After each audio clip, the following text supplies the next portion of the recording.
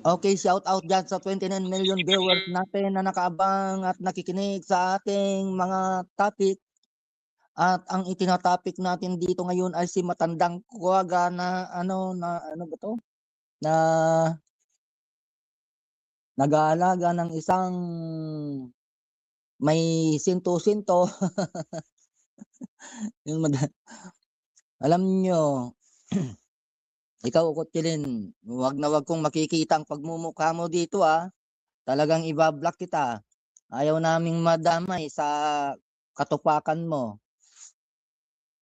Alam mo naman may batas tayo diyan sa ano na 'yan, pananamantala ng mga makitid ang utak ay mayroong tayong batas diyan na katapat. Puwede kang ano diyan, kung pira ang nakuha mo istapa 'yan. Kasi sinamantala mo ang kanyang, kahinaan ng pag-iisip o di kaya exploitation.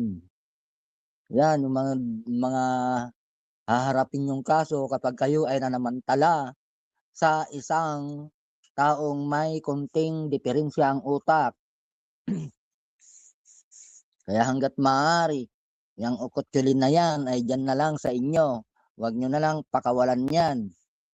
Kasi hindi naman lingid sa kaalaman ng mga maraming aktibo dito sa community 'to na si ukot-tiyulin ay talagang nakukuhanan niyo ng mga bagay-bagay at mga pira, gano'n.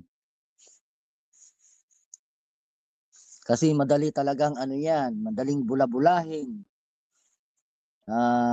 madaling paikutin, ganyan 'yan, eh. Kaya ano, pagkakataon niyo na para kayo ay,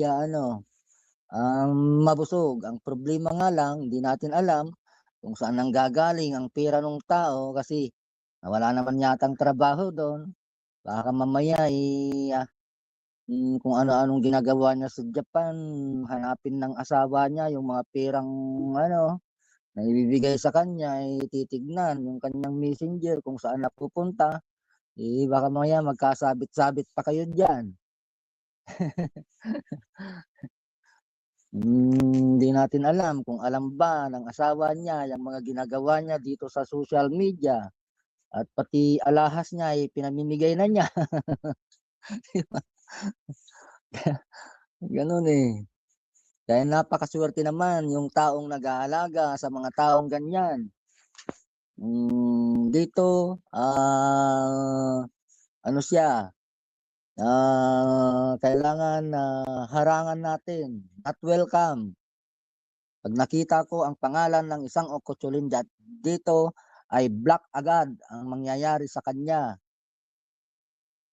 Kaya ano, kailangan nasa safety tayo. Huwag tayong, masasabit sa mga ganyang mga klase ng tao. Dapat pagka ganyang mga may sento-sento, 'wag pagsamantalahan kundi i-guide sila sa tamang ano, sa tamang kung saan ang mundo nila.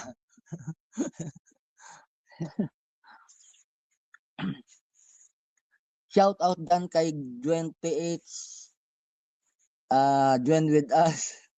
Ano ba 'yan?